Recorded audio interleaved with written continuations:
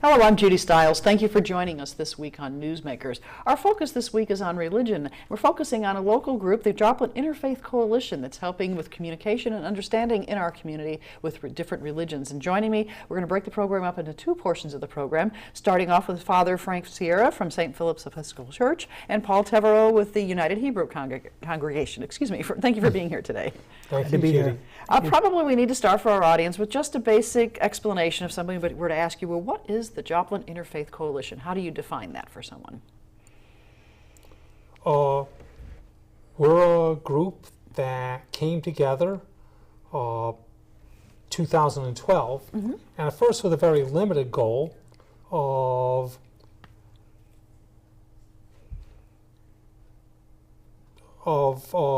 observing the anniversary of the tornado. Oh, okay. And saying, that even though we represent different faith traditions, we're all part of the same community.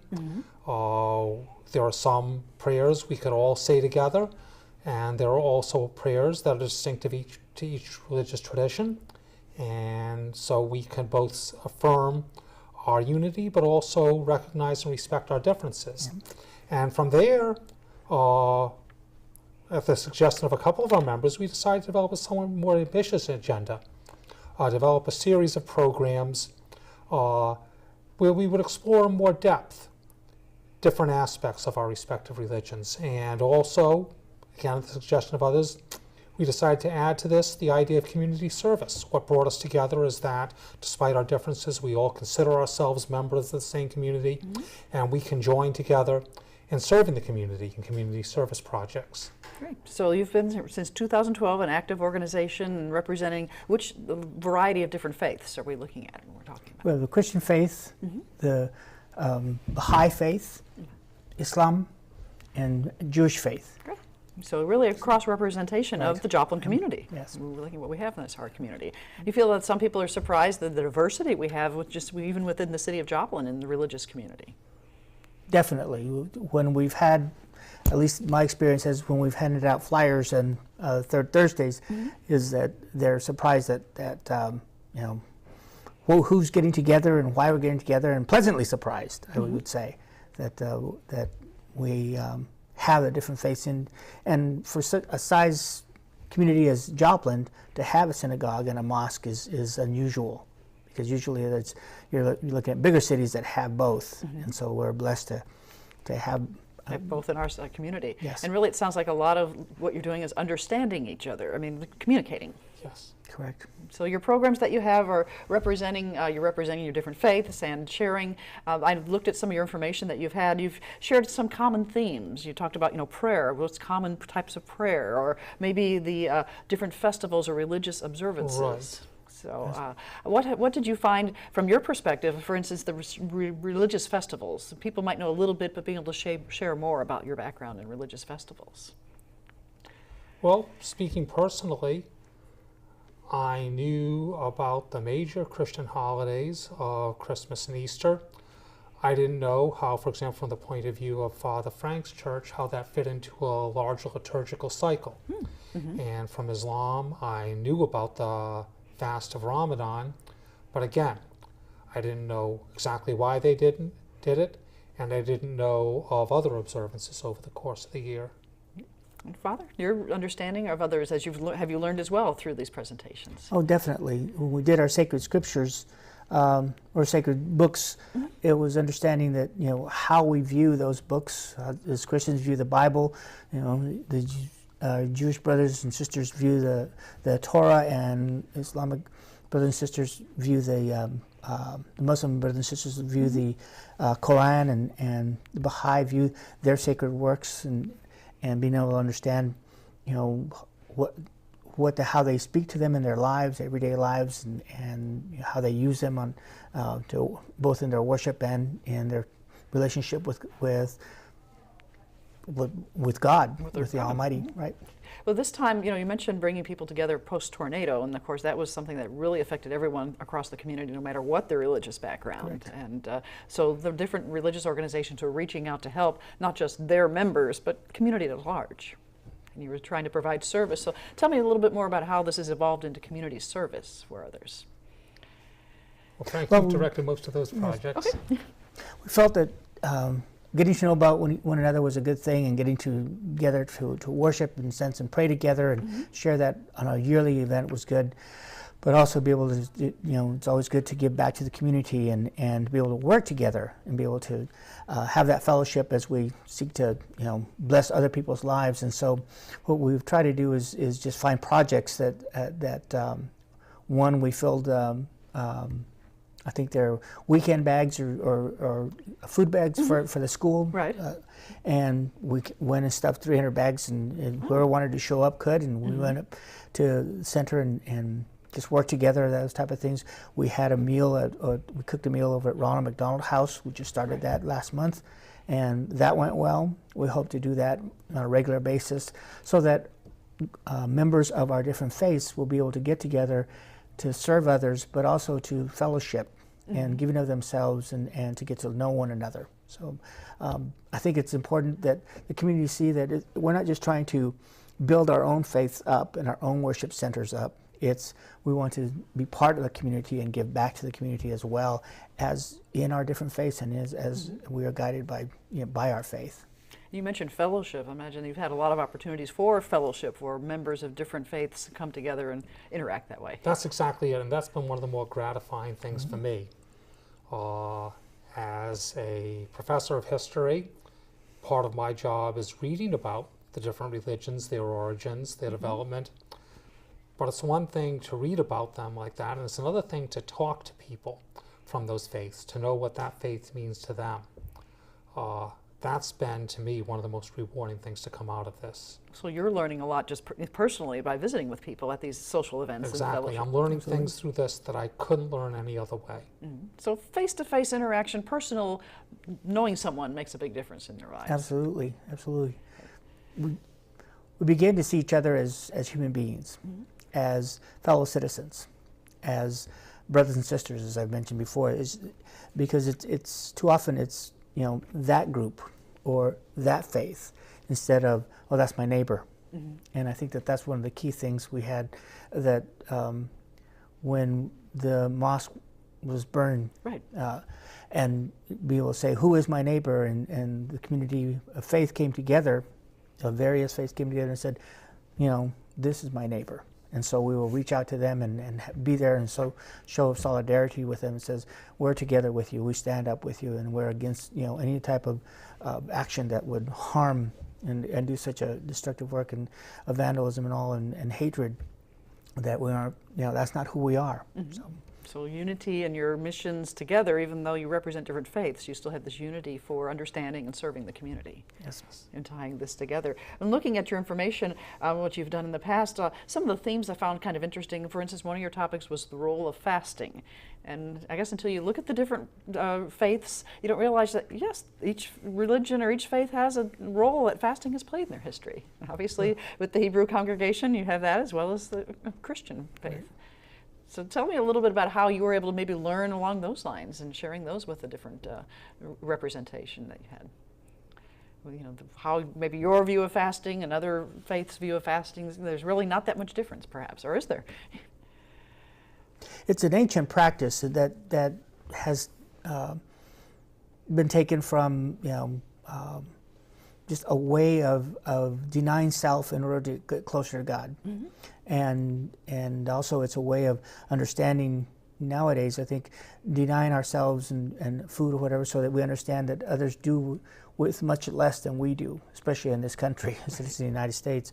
And so fasting for the Christian community, begins to take on different facets. And if I may just take off from that, is that as we speak for our different faiths, we understand that as an Episcopalian, I'm not speaking, that trying to cover all Christian understanding. Right, you have such fasting. a large Exactly. body of Christian churches. And the same thing, we understand that, each speaker that in the panel that talked about different topics, that we're just covering our understanding in that particular worship center, that particular worship community, or maybe that part of our faith community, that we're just basically handling that. And so what was, I think, good for me regarding fasting was be able to see that it is a part of the life of these different worship communities, and some to a greater extent, and some it depends on the season.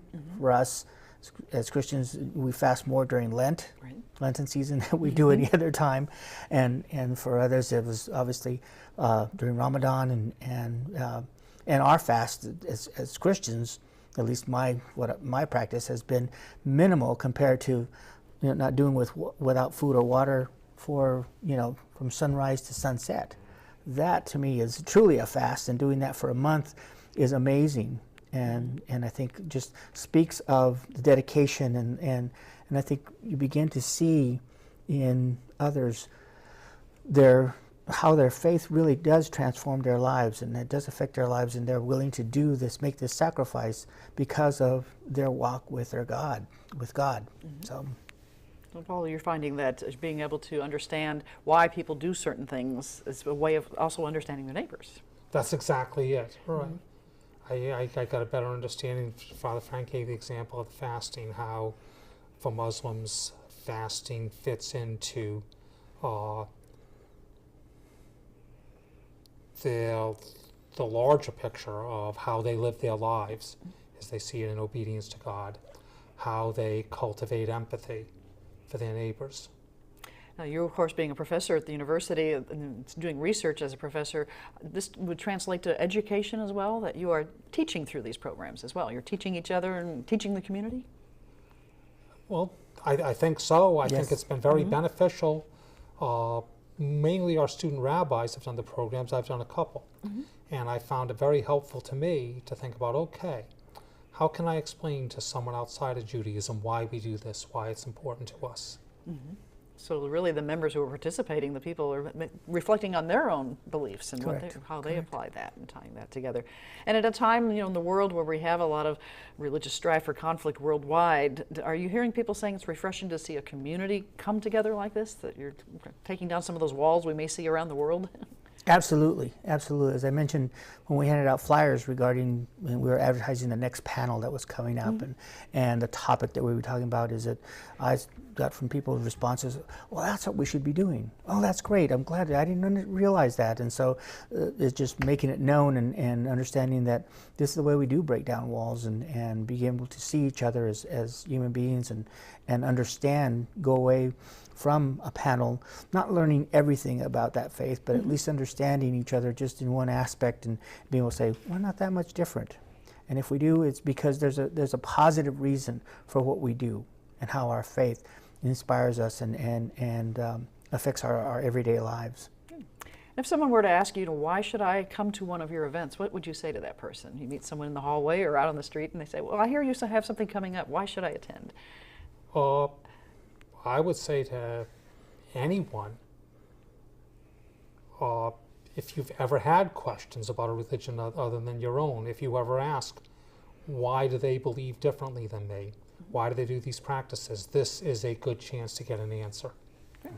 So learn your own life by coming to the programs. Absolutely. And I think you'll see how people who, in most respects, aren't necessarily all that different from you, nevertheless can sincerely hold beliefs differently than yours.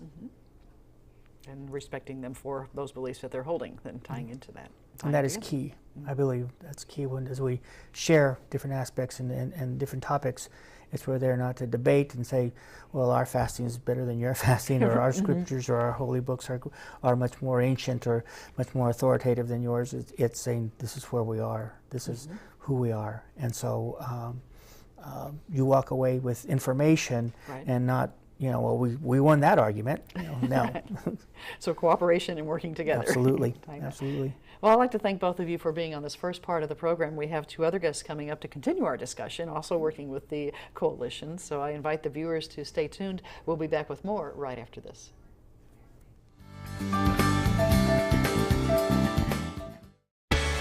Did you know that you can watch all of your favorite KGCS-TV programs on YouTube?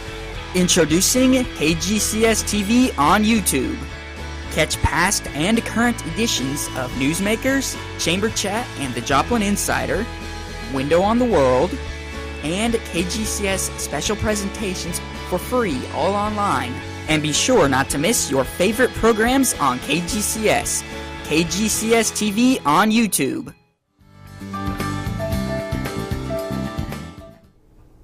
Welcome back to Newsmakers. We're continuing our look at the Joplin Interfaith Coalition, visiting with two more representatives and finding out more about how we're understanding our neighbors' faith in our community. Joining me, we have Bill Kilgore and Iman Lahmuddin. Thank you very much for being here today. Thank you. And I think to start off, if you can each explain your representation of your faith and, just kind of introduce yourself to the community. When I say you're with the Baha'i community, what does that mean?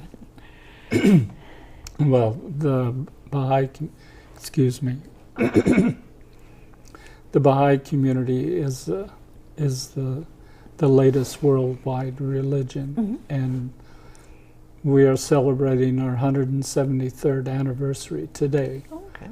And it's called the Festival of Rizwan, and it was the proclamation of the founder, Baha'u'llah, that basically that all people on the earth are all related, that we live on one earth, and that we essentially celebrate one religion. And this is the message that he brought in 1863. And there are approximately 7 million Baha'is in the world. All right. And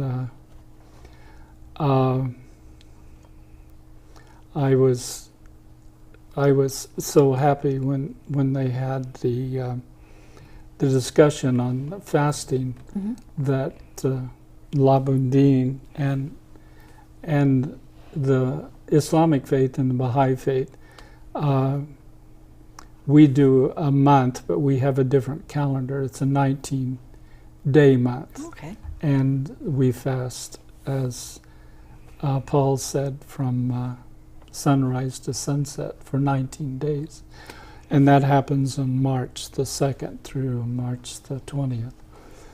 And it was nice to hear that Lahmuddin does it for, what is it, a whole calendar month? Ramadan. Ramadan month. Is that 30 days? 30 days or 20 30 days. Yeah. So this is one of the common themes, as we mentioned in the first program, that you can have from faith to Yes. faith, and tying that together. Well, you're representing the Islamic Society of Joplin, so Yes, I tell me a am. little bit about your representation. Islam is, I think everyone is familiar with Islam now. Right. And I am the Imam, which is the minister or the pastor at the Islamic Society of Joplin. I lead the spiritual activities at the mosque, and also I represent the Islamic Society to the Interfaith Coalition.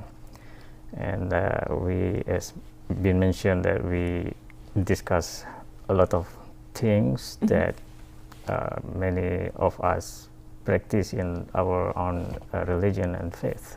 So you're finding, as we said in the first part of the program, you're learning from each other's religion, their faiths. And A what lot, they- yeah, we learn a lot, and there are a lot of misconceptions that we maybe live with, and after we learn from each other that, oh, that is not true, that what we heard about what they do, and something like that. And also many people have misconception about our religion, and there is the opportunity to learn that and clarify that that is not what we are doing. Or something So like in today's society, do you feel a lot of our problems with people not understanding their neighbor's religion is that miscommunication, that misunderstanding? Right. They have never really taken the time to ask questions. Sure, yeah, and that is the place or time when we get together and we see each other, and I have question about this, I have question about that, and that is the moment to learn. Now, I know that representatives from the different faiths, their congregations or churches or congregations come together when you have these different events. Do you encourage your other members to say, let's go to these interfaith sessions and find out and visit with each other? yes, we've encouraged people of all faiths, even if you profess to have no faith, you can come. And it's particularly helpful for me to have Lahmuddin, because he has a much better understanding of Arabic than I do. The Baha'i faith began in Persia, and so the language there is that of Persian or Arabic. Right. And I ask him quite often, how do I say that? So it's really helpful. And one of the things that is so helpful to me is the personal relationships that have developed, in getting together since 2012. We have some really good friends that we've developed, and they're very supportive of us, and that is generally the purpose that the world has to head toward, is we have to unite, because there's nothing left to fight over, It's one world, it's one people, it's one religion, one God, and there's nothing left to fight over. So understanding the faith and the background of others is key to what you're trying to do. Yes. Right. Well, I understand that coming up in June you have an interfaith service for the coalition. Viewers Yes. might be curious, maybe want to attend. Explain what that involves, what you might do at the interfaith service when you have that for the coalition.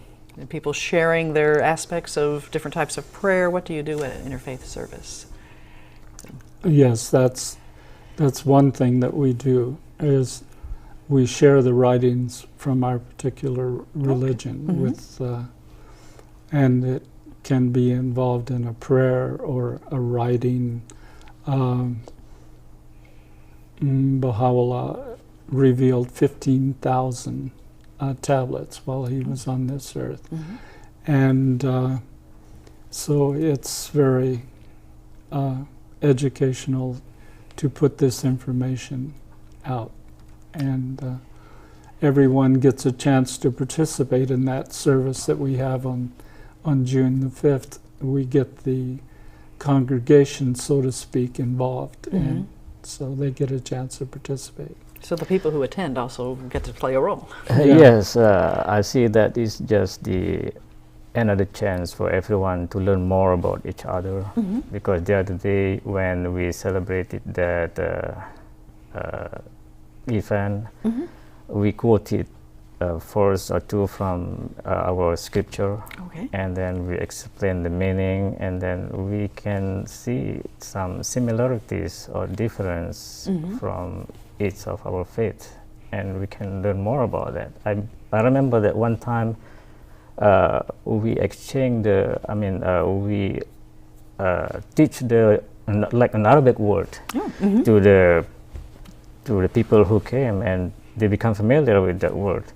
And that reminded me to just a recent incident when a student was, I think, kicked out of a plane just because of saying the Arabic word.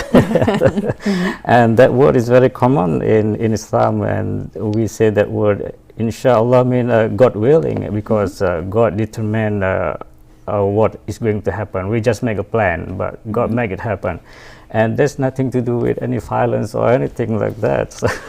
So by sharing that with others, you're helping them understand what you're saying. Right. So next time when we say something like that, oh, I know what that means. Yeah, there's just what the Muslims like to say on daily activities or something like that. Now I noticed when I looked at your Facebook page, it also mentioned that you have a multicultural dinner at times. So is food a very common way to share your faith and your background through the different foods of the different religions that are involved? Yes, we like food, yeah. Some of us more than others. We recently had a service project where we cooked food for the Ronald McDonald House. And that was really a great opportunity to interact, in the kitchen, cooking, and some of the people will say, "Boy, that really looks good. Can I have that recipe?" And the people there at the Ronald McDonald House were so lovely, and they were so appreciative of what we did, and it really gave us a great opportunity to interact with this wonderful charity. So that's another means of community service. Yes, and that's another purpose of the coalition is to serve the others. So people who attend the events help provide ideas for you of what you can do to help serve the community. Yes. You see needs. Everyone sees needs around the community. I know the first portion of the program they talked about backpacks, foods for kids. You know, there's a lot of need in our community. That's why our community service is different from one year to another, because we receive the input and we move forward from there. Do you find that having the coalition is also a means of communication, maybe along the lines of the people who are like the governmental leaders, that you can represent people to understanding, you know, throughout the community as well? Have you made any steps for, you know, people understanding not only faith to faith, but just throughout the community, sharing what you know?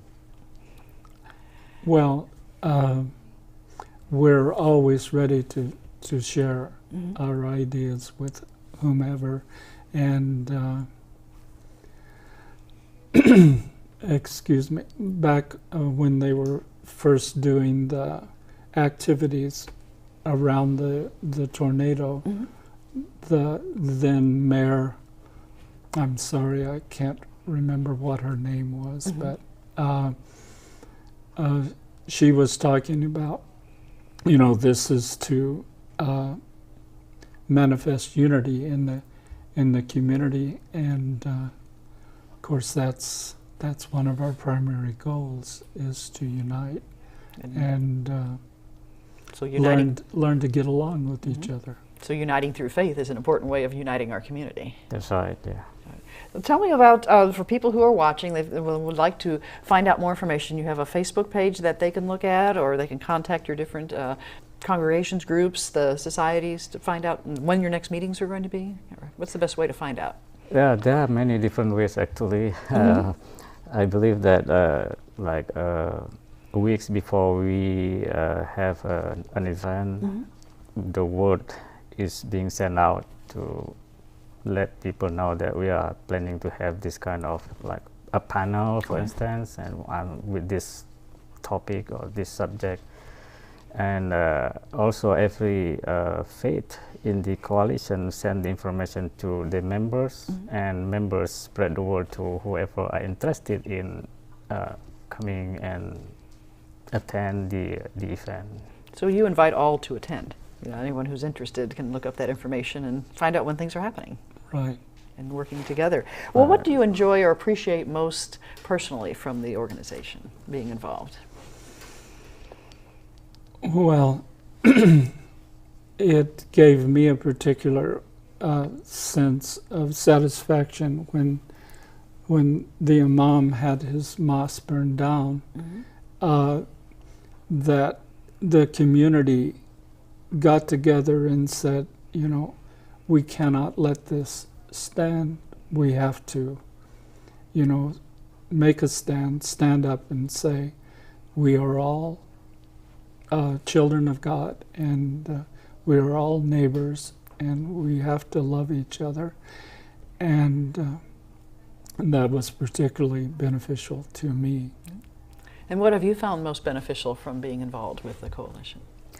I learned that every religion teach peace and love, and we promote that. If we don't know each other, then how do we love each other? We heard our friends say that love your neighbor, and we have the same teaching in our faith. You have to keep your neighbor safe, and this is just an implementation of our faith. Well, I'd like to thank both of you for being on this part of the program, sharing some information for the viewers who are watching today, and trying to create some more understanding for our community. Thank you very much. Well, thank you for having us. You're welcome. And I'd like to thank you for joining us this week on Newsmakers. I'm Judy Stiles. Hope you can join me again next week at the same time on this station.